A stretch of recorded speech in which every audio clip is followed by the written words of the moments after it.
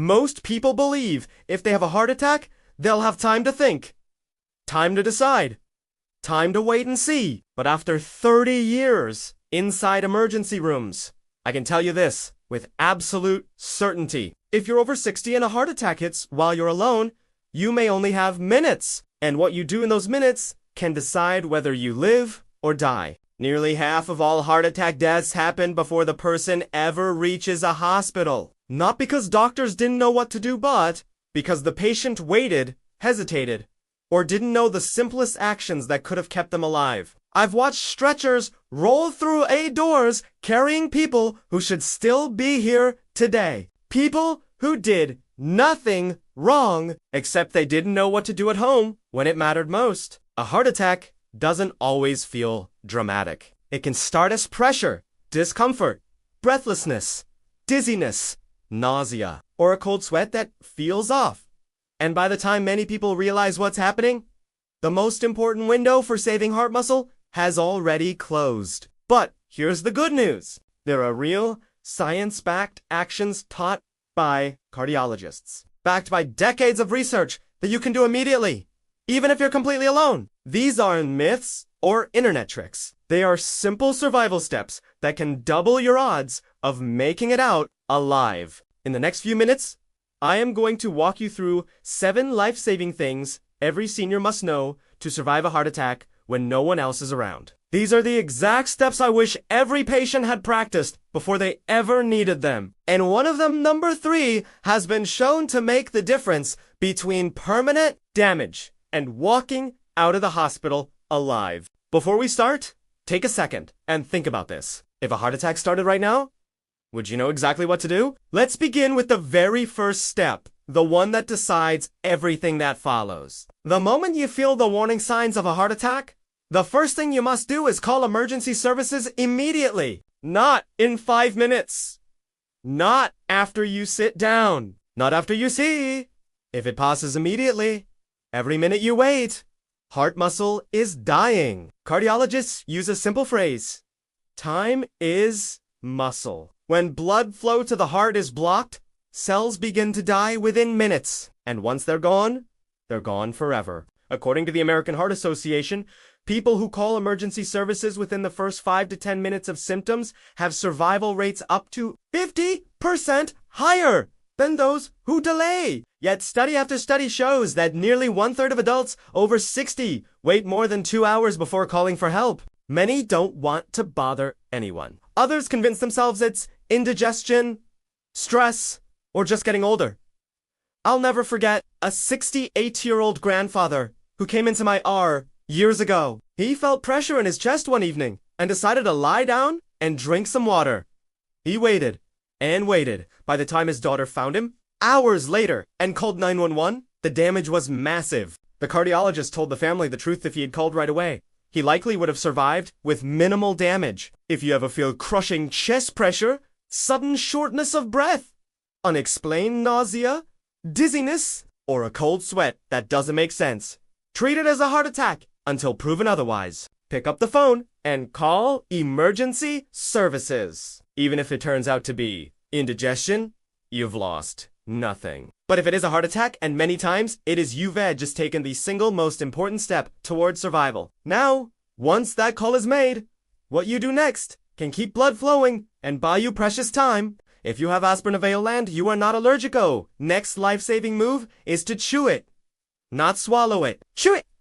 Aspirin isn't just a pain reliever. It's a powerful anti-clot medication. Most heart attacks are caused by a blood clot blocking an artery that feeds the heart. Aspirin helps prevent that clot from getting bigger, allowing at least some blood to keep moving. A major study published in The Lancet showed that taking aspirin during a heart attack reduced the risk of death by about 23%.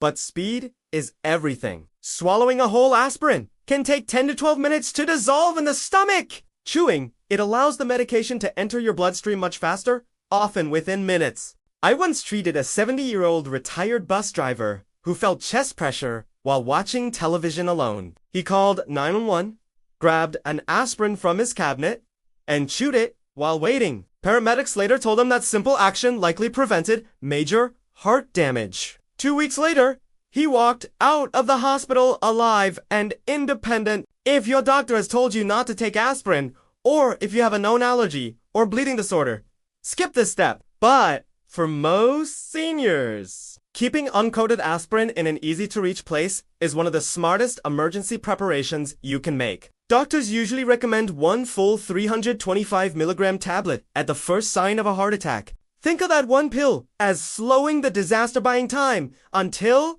professionals arrive. But survival isn't just about what you take. It's also about how you position your body in those critical minutes.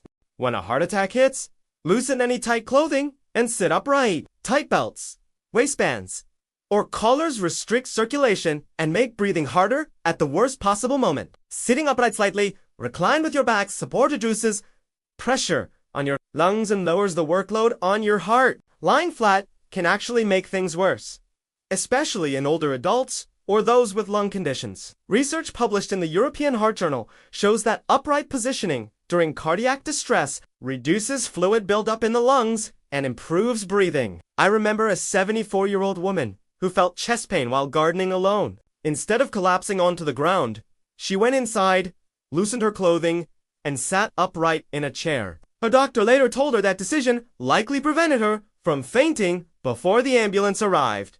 It's a small action, but it matters. And now we come to a technique that sounds strange, but has saved lives when seconds mattered. If you feel dizzy, faint, or like you're about to pass out during a heart attack, coughing forcefully can temporarily keep blood flowing to your brain. Doctors sometimes call this cough CPR.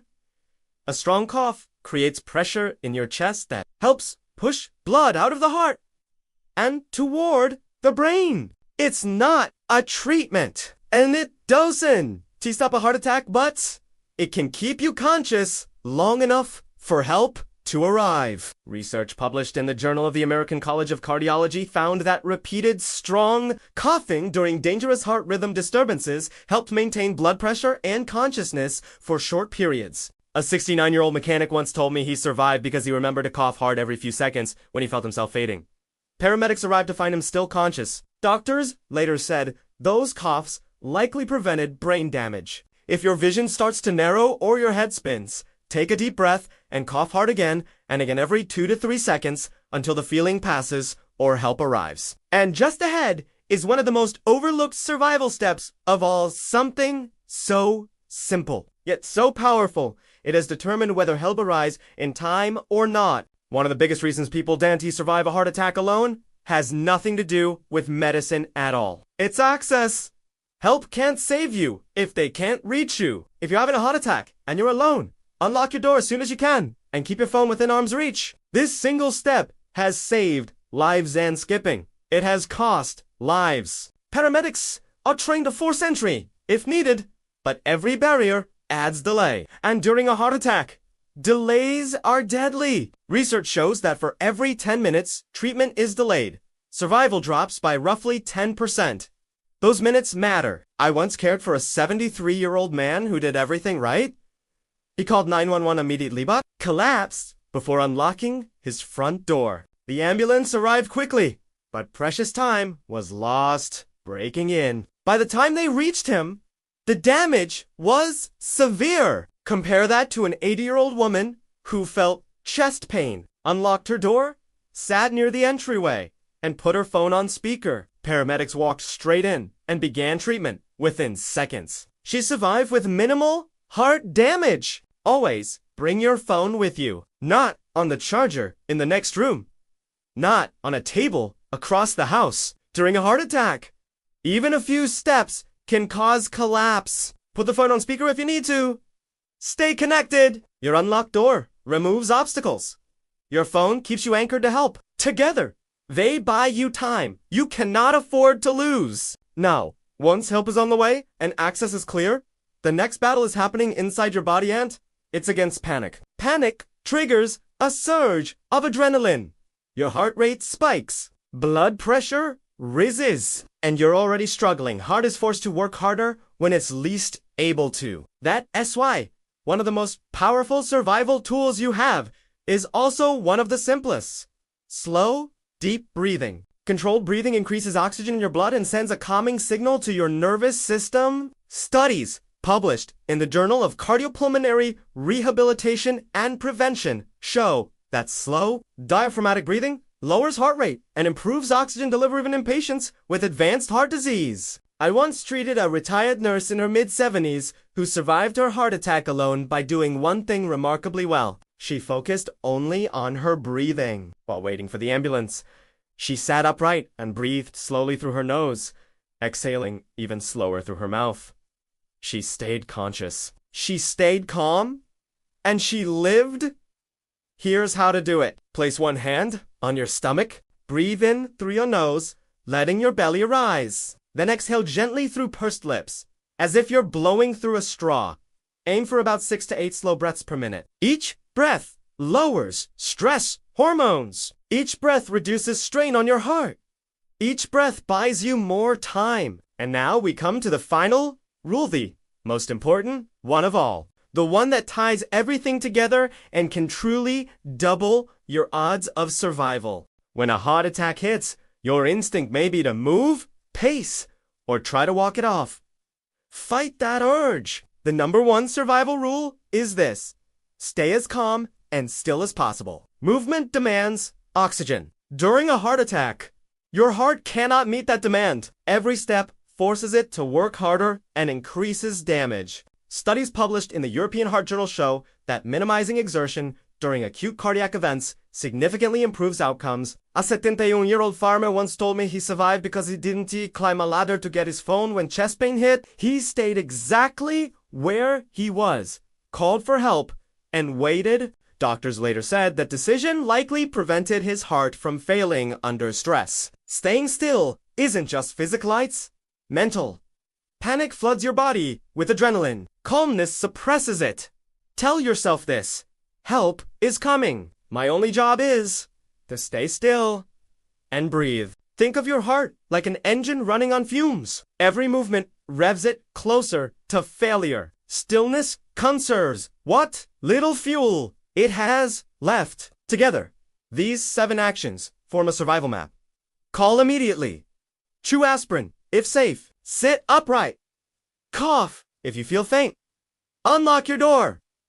Breathe slowly. Stay calm and still. You can't predict when a heart attack will strike, but you can be prepared. And preparation is often the difference between life and death. These 7 steps aren't complicated. There's no medical training required.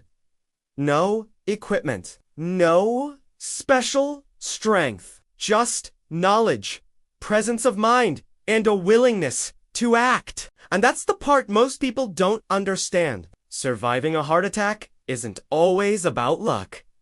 It's about readiness. The people who live are often the ones who recognized the danger early and didn't waste time arguing with themselves. I've seen it play out countless times. 2 patients, same age, same symptoms, same heart damage on paper. One survives, one doesn't. The difference is often what happened in the first 10 minutes at home. The survivor called immediately. They didn't wait to see if the pain passed. They chewed an aspirin without hesitation. They sat upright, stayed still, slowed their breathing, and kept the path clear for help to reach them. The other patient waited. They tried to tough it out. They moved around. They panicked. And by the time they reached us, the golden window was gone. This is why cardiologists stress preparation, especially after 60. Not fear but awareness, because heart attacks don't always announce themselves loudly. They whisper first. A pressure that feels odd. A wave of nausea. A cold sweat that comes out of nowhere. And in that moment, denial is dangerous. The science is clear. Early action preserves heart muscle. Calmness reduces damage. Oxygen, blood flow, and time are everything. These aren't opinions. They're backed by decades of research and real-world outcomes. That's why I want you to do something right now. Take a moment and ask yourself, do I have aspirin in my home? Is my phone easy to reach? Would I know what to do if this started tonight? If the answer to any of those is no, Fix it today, not tomorrow. Not next week, today. And if you live with someone, talk to them. Share these steps. Practice them mentally, because when panic hits, the brain doesn't rise to the occasion, it falls back on what it's rehearsed. A heart attack doesn't always give you a second chance, but knowledge gives you a fighting one. If this information helped you, share it with someone you care about. A spouse? A parent? A neighbor? You might never know whose life it saves, but it could be theirs. Now, I want to hear from you.